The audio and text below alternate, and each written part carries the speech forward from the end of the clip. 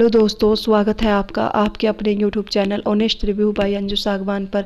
जैसा कि आप जानते हैं कि मैंने अपने चैनल पर आचार्य प्रशांत की बुक संबंध और क्या है जीवन के हर चैप्टर का रिव्यू करना शुरू किया है और अभी तक मैं इस बुक के 7 चैप्टर्स का रिव्यू कर चुकी हूँ। अगर आपने अभी तक भी मेरे इन चैप्टर्स का रिव्यू नहीं देखा है तो इस वीडियो के डिस्क्रिप्शन में उन 7 चैप्टर्स के रिव्यू लिंक मैं डाल दूंगी, आप वहां जाकर चेक कर सकते हो।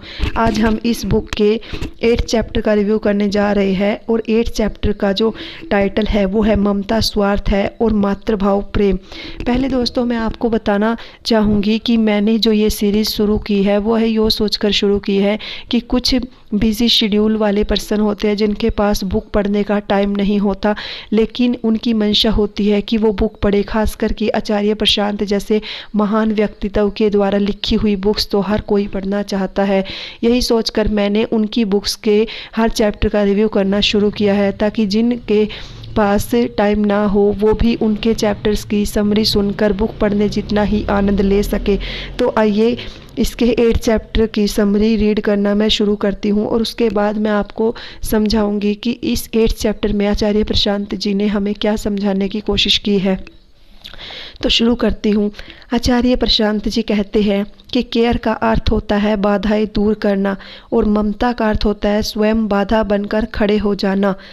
इस चैप्टर में सबसे पहले बताना चाहूँगी कि आचार्य प्रशांत ने ममता और परवाह में फ़र्क बताया है। तो अंतर समझिए।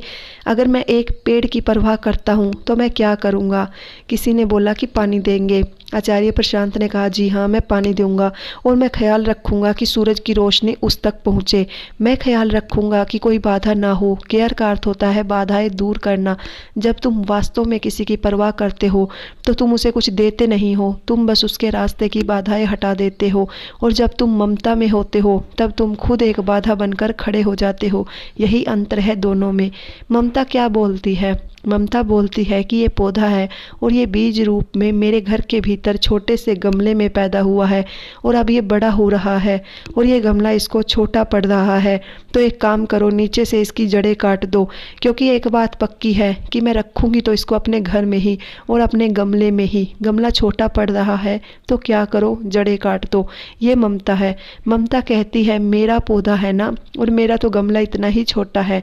प्रश्नकर्ता ने पूछा तो इस पौधे को बोनसाई बना दो। आचार्य जी ने कहा तो इस पौधे को बोनसाई बना दो ताकि ये रहे तो मेरा ही।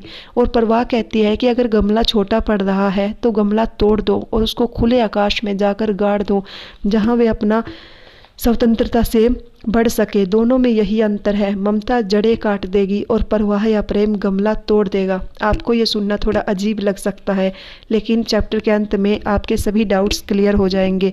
प्रश्नकर्ता ने पूछा क्या प्रकृति में जो ममता होती है वो मनुष्यों की ममता से अलग है? आचार्य जी ने कहा देखो, प्रकृति में ममता का स्थान है, इसलिए क्योंकि जो पैदा होता है वो मांस का लोथड़ा है, वो शरीर है। प्रकृति का एजेंट बनकर जरूरी है कि एक दूसरा शरीर उसकी देखभाल करे। तो इसलिए जानवरों में भी वो ममता होती है, पर हम पूरी तरह प्राकृतिक भी नहीं हैं, क्योंकि जानवरों में ममता तो होती है पर वो ममता कुछ हफ्तों या महीनों की मेहमान होती है। तो या तो पूरी तरह प्राकृतिक हो जाइए, आप पूरी तरह प्राकृतिक भी नहीं हैं। अगर आप प्रकृति की बात करोगे तो अगर ये बोलोगे कि कुत्तों में भी ये होता है कि बच्चों के प्रति ममता है और कुत्तों में तो और कुछ भी होता है, फिर वही माँ जिसको अपने बच्चे से ममता है वही माँ उसी बच्चे से फिर अपने बच्चे भी पैदा कर लेगी 6 ही महीने में। बहुत होता है ज़बरदस्त रूप से इनब्रीडिंग अंतः प्रजनन कुत्तों में होती है। कुत्ते 1 साल में जवान हो जाते हैं और वो अपनी माँ को ही प्रेग्नेंट कर देंगे, कोई दिक्कत नहीं है। तो उस ममता का सिर्फ और सिर्फ बच्चे के प्राकृतिक रूप से आगे बढ़ने, प्राकृतिक मतलब शारीरिक रूप से, क्योंकि वो एक शरीर ही पैदा हुआ है ना, उस शरीर रूप में आगे बढ़ने में योगदान है, वो ठीक है। माँ के भीतर प्रकृति कुछ ऐसे हार्मोन पैदा करती है। तुम्हें पता है कि बच्चे के पैदा होने के बाद माँ की जो सेंसेस होती है, जैसे आँख, कान, गंध, ये सब ज़्यादा सतर्क हो जाती है। कहीं से गंध आ रही होगी, पिता नहीं सूंघ पाएगा, माँ सूंघ लेगी। माँ कहीं काम कर रही होगी, बच्चा दूर से कोई थोड़ा सा आवाज़ कर रहा होगा, पिता को नहीं सुनाई देगा, माँ को सुनाई दे जाएगा। ये हार्मोनल एक्शन है। माँ की सेंसेस ही ज़्यादा क्रियाशील हो जाती है। और इन चीज़ों का बच्चे के शारीरिक रूप से बचे रहने में योगदान होता है। पर पूछो कितने दिन तक सक्रिय रहती है? ये चीज़ कुछ हफ्तों कुछ महीनों तक रहती है, उसके बाद माँ की सेंसेस सामान्य हो जाती है। प्रकृति भी आपको संदेश दे रही है कि पालन पोषण अब हो गया, अब वापस सामान्य हो जाओ, अब ज़रूरत नहीं है अति सक्रिय होने की, बच्चा सुरक्षित है। पर तुम उस बच्चे के लिए जीवन भर माँ बने रहना चाहते हो, उसकी ज़रूरत नहीं है, बल्कि ये प्रकृति के विरुद्ध है, ये बच्चे के हित के भी विरुद्ध है। तुम बच्चे के दुश्मन की तरह काम कर रहे हो, आप गमला तोड़ने की जगह जड़ें काट रहे हो। प्रश्नकर्ता ने पूछा, सर बच्चे को तो पता नहीं होता कि किसके साथ सीमित रहना है, किसके साथ नहीं, तो इसमें बच्चा क्या करे? क्या हमें बच्चे को ज़्यादा से ज़्यादा लोगों से मिलवाना चाहिए? आचार्य जी ने कहा, हाँ ज़रूर। प्रश्नकर्ता, मतलब बचपन से ही? आचार्य जी ने कहा, हाँ ज़रूर, लेकिन उसको तो कुछ समझ में आ नहीं रहा होता। प्रश्नकर्ता ने कहा। आचार्य जी ने कहा, नहीं कुछ समझ में आ नहीं रहा है नहीं, बाधाएं मत खड़ी करो ना, उसको ज़्यादा से ज़्यादा चेहरों को देखने दो, उसको ज़्यादा से ज़्यादा आवाज़ें सुनने दो, ज़्यादा से ज़्यादा लोगों की गंध उसके नाक में जाए। प्रश्नकर्ता ने कहा, लेकिन माँ को तब लगेगा कि मेरी महत्ता ख़त्म हो गई है। आचार्य जी ने कहा, यही बात है, अब जब 100 हाथों में बच्चा है तो मैं का महत्व रहता कहाँ है? माँ उसको कहाँ जता रही है कि मेरा है, मैंने जन्म दिया है। प्रश्नकर्ता, ये एक फ़ायदा संयुक्त परिवारों में होता है, माँ और बच्चे में बहुत ज़्यादा जुड़ाव नहीं हो पाता। आचार्य, हाँ। प्रश्नकर्ता, मैंने बहुत समय से देखा है, बहुत सारे मामलों में जो एक छोटा बच्चा होता है उसे परिवार वाले वस्तु की तरह ट्रीट करते हैं, एक ऐसी वस्तु जो उनके बहुत अच्छे सामाजिक होने को विज्ञापित करता है। आप किसी बच्चे को हाय बोल दो और वो बच्चा अपने में मगन हो तो उसको ज़बरदस्ती हाय बुलवाया जाता है, वो कहना ना चाहता हो फिर भी उससे कहा जाएगा बेटा अंकल को हाय बोलो, और वो सिर्फ बच्चे के बहाने ये दर्शाना चाहते हैं कि वो कितने सभ्य और सामाजिक है। आचार्य जी ने कहा, असल में सही माँ बाप मिलना बहुत बड़ी गनीमत है और बच्चा इसमें कोई भूमिका निभाता नहीं है। उसके माँ बाप कौन है ये तो बस किस्मत की ही बात होती है कि आपको माँ बाप कैसे मिल गए, और पूरा जन्म बीत जाता है शुरू के कुछ सालों के संस्कार में से बाहर निकलने में। प्रश्नकर्ता, अगर आप माँ बाप शब्द को बदल दे गुरु से तो ये सारी उलझनें अपने आप खत्म हो जाएगी। आचार्य, हाँ वास्तव में जो माँ बाप है उनमें माँ बाप होने से पहले पात्रता होनी चाहिए गुरु होने की। माँ बाप बने ही वही जो पहले गुरु होने की योग्यता रखते हो। बड़ा अजीब सा खेल है माया का कि आमतौर पर जो गुरु होने की योग्यता रखते हैं उनमें माँ बाप होने की रुचि कम हो जाती है। ऐसा नहीं है कि रुचि खत्म ही हो जाती है, हो सकता है, पर संभावना कम हो जाती है। ये तो पक्का हो जाता है कि वो बच्चा पैदा करेंगे भी तो एक आध करेंगे, झड़ी नहीं लगाएंगे।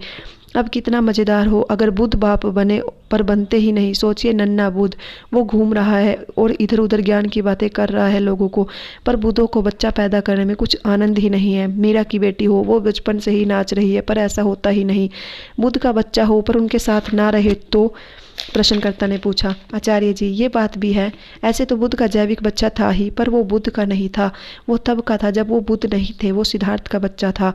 आचार्य जी, कर सकता है। प्रश्नकर्ता, बुद्ध का बच्चा उनका विरोध भी तो कर सकता है। आचार्य ने कहा, कर सकता है, पर उसमें भी बुद्ध तब होगा। विरोध में कोई दिक्कत नहीं है। विरोध किसका करेगा? दर्शन का ही तो विरोध करेगा, उसमें क्या रखा है? बुद्ध ने एक बात ढंग से बोली, वो उसके विपरीत ढंग से बोल देगा, बातों में क्या है? पर बुद्ध जैसा गुरु जिसको मिले वो तो तर गया समझो। अब आते हैं इस चैप्टर के निष्कर्ष पर। इस चैप्टर में आचार्य जी ने साफ साफ शब्दों में हमें ममता और मातृभाव के अंतर को स्पष्ट किया है कि ममता जो होती है वो मोह की तरह होती है। जैसे मैंने अपने पिछले वीडियो के चैप्टर में आपको समझाया था कि मोह और प्रेम में अंतर होता है। मोह हमें बांध कर रखता है जबकि प्रेम मुक्ति देता है।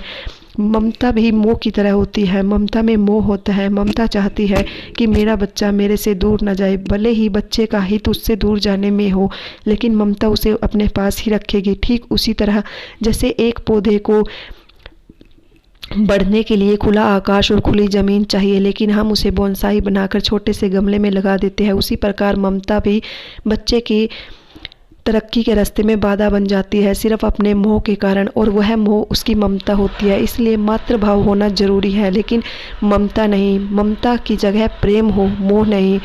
तो दोस्तों, आपको मेरा इस चैप्टर का रिव्यू कैसा लगा मुझे कमेंट करके ज़रूर बताएं, और मेरे चैनल को लाइक सब्सक्राइब करना